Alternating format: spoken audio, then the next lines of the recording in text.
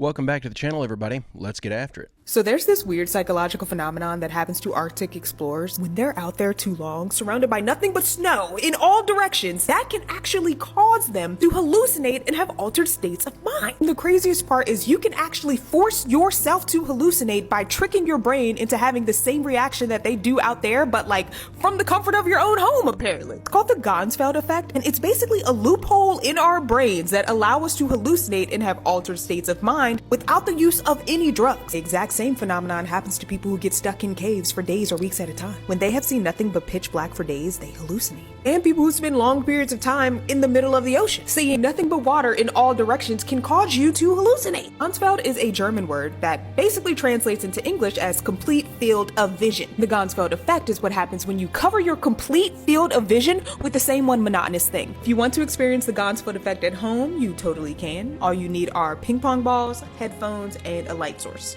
Turn the radio to a station playing nothing but static. Lie down on the couch and then tape the 2 ping pong balls to your eyes. Within minutes, you will begin to experience a bizarre set of sensory distortions. Who would be down to do this with me? That's what I want to know. I just threw this in here because I'm going to try it and see if I can hallucinate, and I will report back. And he's describing that he was shooting at these basically flying demons that were flying alongside the helicopter. When you look at a night vision goggles now, you see green. Human eye sees more colors, shades of green than any other color. But see, here's the thing. It started off as red. So the night vision goggles were introduced to helicopter pilots, gunnery people in Vietnam, and it was a disaster that they could not deal with. Those units went down in a horrid situation. It's the story of the very first time they're out with them. In a very peaceful area, not anything going on at all, the gunner starts firing wildly and basically causing other helicopters in their little flotilla to react. And my father goes on back to the gunner, "What the hell, dude? What are you shooting at?" And the kid is just sweating profusely. Eyes are just dilated beyond belief. And my dad thought he was dealing with another heroin addict. He was reacting to what he had seen. And he's describing that he was shooting at these basically flying demons that were flying alongside the helicopter. And he knew they were coming to get him because they were gesturing at him and they could see him. And he started shooting his, big 50 caliber slugs at these things, right? And this goes on repeatedly, week after week after week. Every time they try and use these night vision goggles, at some point, they encounter monsters, true monsters. It was like being in the worst kind of demonic gothic hell. Jeez.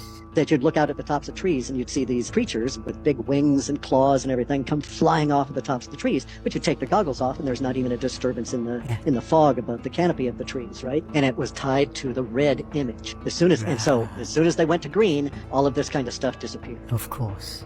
I'm trying to not be so quick to just write all this stuff off whenever we hear a story like this. First-hand account stories are hard for me to believe in whenever they have no documentation to back anything up that they're saying, and this is definitely one of those situations. But I do know that there is a visual spectrum and that we are only privy to seeing certain parts of it. The idea that we accidentally created something that let us see outside of that spectrum and see things that we're not normally supposed to be able to witness is within the realm of possibility.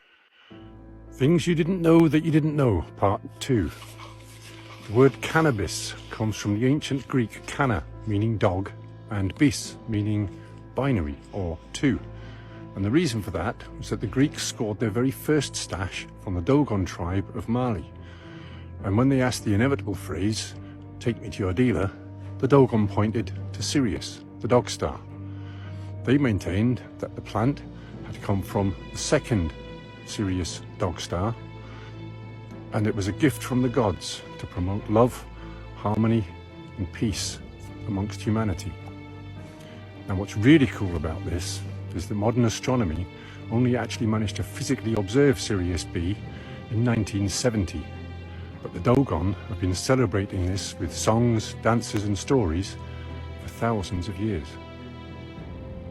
That reminds me of the Sumerians having a map of the solar system that included Pluto thousands of years before we discovered it. That's another small piece of evidence that points in the direction that we might have had some sort of divine intervention that taught us things that we weren't supposed to be able to know about yet. Points toward aliens. I don't know, I can't think of another way that they would have had that information. Hey, if you're enjoying this video, I make a new one just like it every single day. It'd be awesome if you'd hit that subscribe button and come back tomorrow to join me. Detailed images of the moon have revealed a rust that modern science is calling hematite, and the word hematite originates from the Greek, which is a word meaning blood. I'm sure our minds all revert to the Bible, where it says, "The sun shall be turned to darkness and the moon into blood before the great and notable day of the Lord. And I'm sure we all ask the great question of, doesn't rust require oxygen and water in order to form? We all know the moon does not have an atmosphere. There is no oxygen or water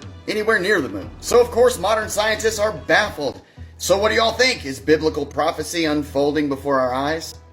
One thing I find interesting about this is that scientists have this, scientists keep coming out saying, oh, we discovered this baffling thing, or this is baffling us, or that's baffling us. And a lot of times the flat earthers have an actual theory that makes sense, that goes along with whatever it is. So, the theory that the earth is flat and that the moon is actually within our atmosphere below the firmament. If all that were true, that could easily explain how there's suddenly the appearance of rust on the moon. It's just interesting to think about. There are 15 major religions in the world before Christianity that have taught the same thing. It is a very ancient, old story. That's why the Bible's called the greatest story ever told. Astrotheology is the basis for all religion in the world, period. Theology is the worship of a religion, and astro, the worship of the heavens. From as far back in history as we can go, man has always worshipped the heavens. That's why we're even told in Western civilization that when you die, you'll go to heaven. The whole concept of the sun, S-O-N, God's Son, goes directly back to the old concept of God's Son, S-U-N, being the risen Savior, because the Son is the risen Savior. It does rise. And of course, God's Son, S-U-N, the Egyptians said had an evil brother. He was the Prince of Darkness, and he came out at night to rule the world. When God's Son died and went away, the world was in the hands of the Prince of Darkness, and his name was Set, and he came out at sunset. The Egyptians said that newborn son that came up every morning, his name was Horus. I am not saying there's not good spirituality in the Bible. I am saying that it has been twisted and used by political powers for a political agenda to keep us ignorant, ill-informed, and unread, depending on the Lord to come back to help us, when in fact there is no Lord coming back to help us. Education, knowledge, and your own personal spirituality and investigation of what the story is really about. Do your homework. That's the only salvation we have left.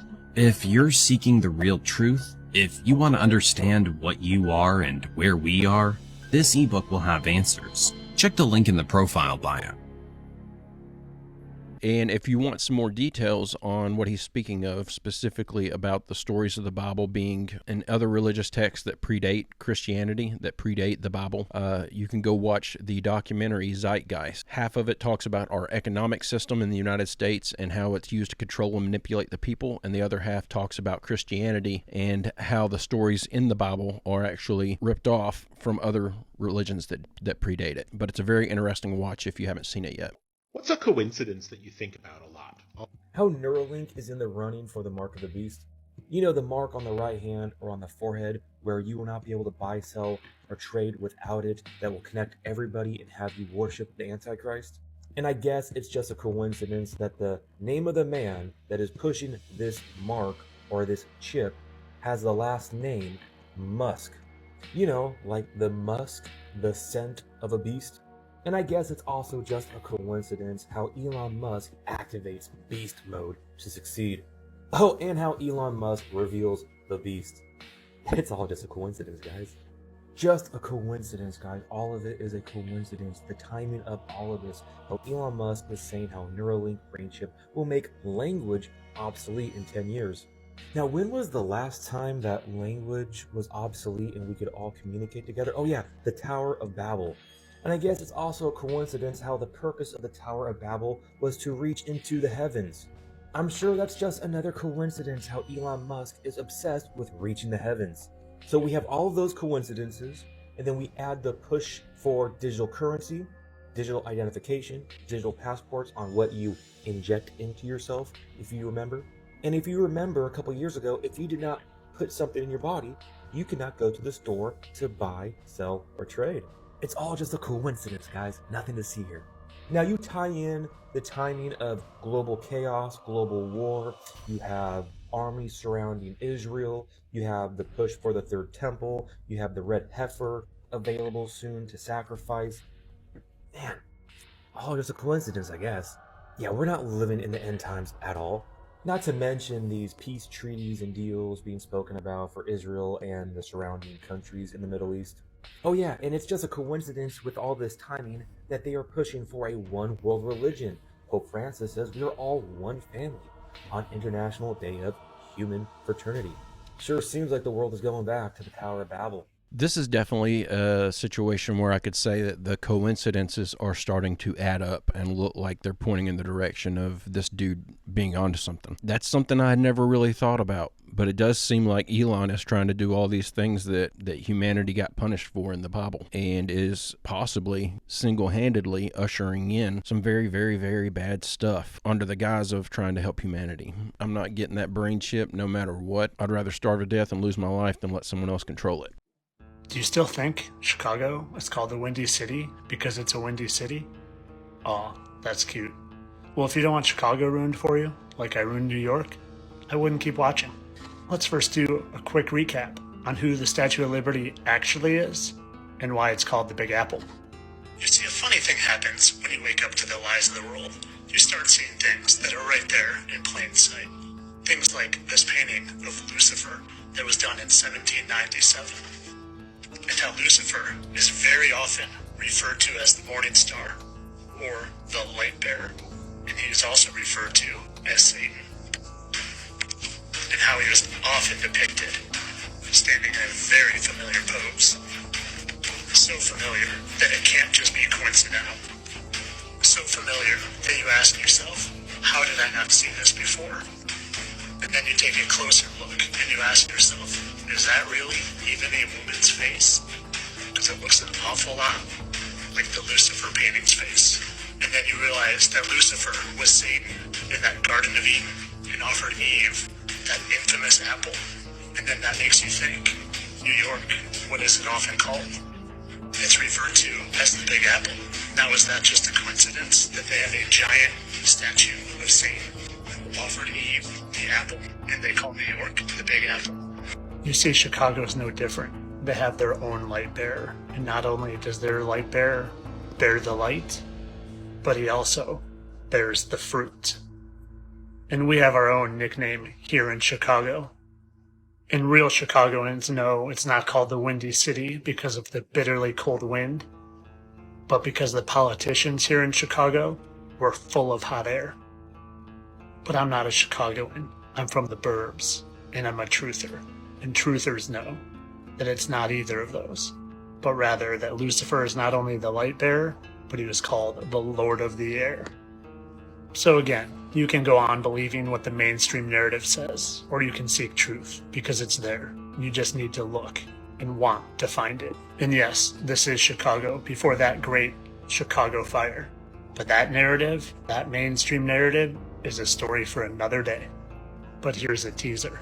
If you believe that this beautiful work of a masterpiece of a city could look like this before a fire, and then like this after a fire, well then, my friends, you just haven't looked into this mainstream narrative enough.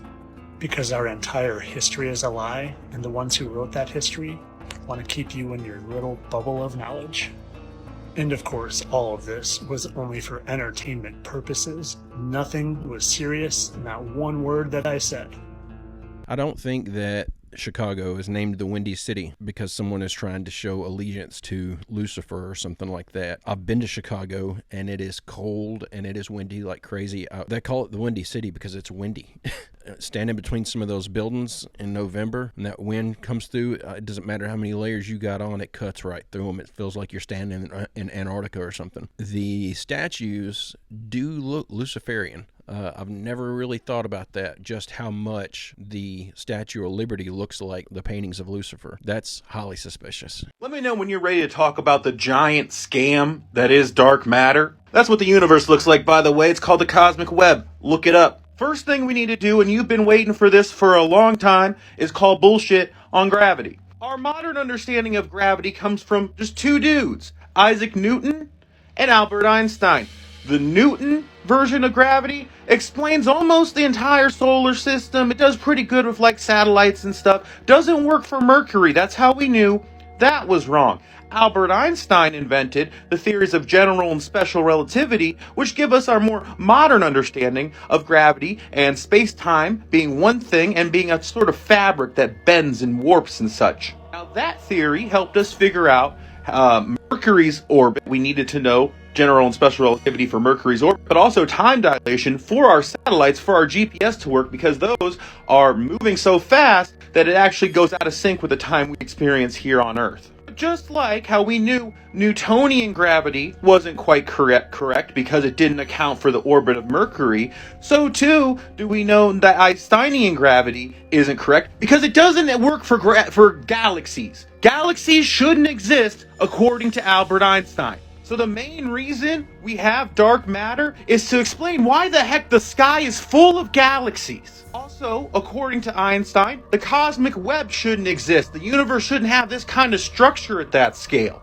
So the galaxy is to Einstein as Mercury was to Newton. What's the problem here? Well, galaxies spin. Have you ever heard of centrifugal force? When things spin, if you put a ball on a string and spin it, it wants to fly. You cut the string, it's going to fly off in one direction. Galaxies should do that too. We know how massive they are, and they are nowhere near massive enough to hold themselves together against the spin. They should fly apart if we actually understand gravity. They don't fly apart. So what the scientists did was they said, well, there must be a bunch of stuff we can't see. For complicated reasons, that can't be just normal matter that's kind of dark and hard to see. We can see that stuff. We can see all that stuff. And what they say is the vast majority of stuff is stuff we can't see. And the stuff we can see is very small percentage of all the available stuff. They say dark matter, some kind of particle that only interacts with gravity and nothing else. Looking for this stuff for like 50 plus years, and every experiment to confirm that it has failed, except for neutrinos, but they know neutrinos aren't anywhere near enough to account for the issue. So when someone tries to tell you that we understand how gravity works, we do not. We're just a bunch of silly little geese running around thinking we got the universe figured out. Not so much. So they say that dark matter is a particle that only interacts with gravity and nothing else, but they can't prove the existence of gravity. So how can they prove that dark matter is a thing that only interacts with something that's also just a theory? This is a big scientific circle jerk, in my opinion, and it's just them trying to prove things using theories to prove theories. It doesn't make any sense. Suspicious as shit that the CIA pulled this book off the shelves before people ever had the chance to read it. It's by Chan Thomas. It's called The Adam and Eve Story, and it's supposedly what's going to happen at the end of the world. Second suspicious as shit thing is that it's 45 pages, but that is a sanitized copy from the CIA that was released in 2013. You can see at the top of this page, that's where I got these from. You're welcome to go to cia.gov and find the entire document, well, the sanitized version of the document. But let's look at the first 6 pages and see what Chan Thomas predicted. This is the not suspicious at all intro that we have. Like Noah, like Adam and Eve, this too will come to pass. And then we get to page 3. Once we get to page 3, that's when all hell breaks loose on Earth. So to sum up page 3, we have hurricanes, earthquakes, America underwater, right? Destroyed. Within 3 hours, the fantastic wall of water moves across the continent, burying the wind-ravaged land under 2 miles of seething water coast to coast. What the fuck? And then on this page, he basically just says, it's not just America that gets fucked up, it's everywhere that gets fucked up. So on this page, he finally explains what the hell is going on. Now, the earthquakes and the hurricanes and all that good jazz that came along with it, that lasted for about 6 days. On the 7th day, the horrendous rampage is over, the Arctic Ice Age is ended, and a new Stone Age begins. A new era. Yes, the cataclysm has done its work well. The greatest population regulator of all does once more for man what he refuses to do for himself. I can see why the CIA pulled this. That sounds to me like he's describing another world-wrecking Armageddon-type scenario like the Younger Dryas incident, which, to my understanding, all mainstream science has the belief that that's going to happen again one day, and we're kind of screwed as far as being able to combat it. There's nothing really we're going to be able to do. Also sounds like he could be describing a pole shift. I can see them wanting to hide something like this for fear that it's going to stir up the public and make everybody go into a panic, but yeah, there's way worse stuff than this that's predicted that's openly out there in the public now. It probably added legitimacy to this by them removing it from the bookshelves and not allowing it to be out in the public If they had just let it be released, it probably done been forgotten about by now. NASA owns the rights to the interior of the Great Pyramid. They also own the rights to a section of the Grand Canyon. Took a helicopter down into the Grand Canyon. They said we can't walk to this area. Area I heard had old carvings or something would be over in this area. So I started trying to walk that way. And this guy pops out of nowhere with all black on, black hat, black military outfit with no logos, and an AR-15, and tells me, halt, you can't go any further. I'm like, why? I said, what's going on? Well, didn't they tell you couldn't come over here? I said, well, they did, but I'm thinking, I just want to see, what's over here. Can you just tell me, sir, like, why can't I come over here? He says, NASA owns the rights to this section. You can't come over here. Do you have any theories of why that is? It's got to be technological. Starts at something with space. And then also, where else? Chaco Canyon. Same situation. They actually own the rights to those round former things that look like they might have been domes or whatever. That now there's no dome, but you can see those round circles. So it's like, so wait a minute, what's going on here? Every time I hear something new about NASA, I trust them less. This sounds to me like they're hiding something that would expose a big lie if we were able to go down there and look around. And that's the only reason, the only logical reason that they would want to keep people out of a certain area. NASA doesn't care about people's safety, about the safety of the general public. So it's not like they're blocking off a certain area and saying, hey, we need access to this so we can keep people safe. They don't want people looking at something. If that right there is not enough proof that NASA's lying and hiding stuff, then you're never going to be convinced. I'm going to go ahead and call the video there. I hope you guys enjoyed these clips. I will be back tomorrow with another one. I hope you come back to see me. I hope everyone has a great, safe, fantastic rest of your Sunday, and I will see you tomorrow.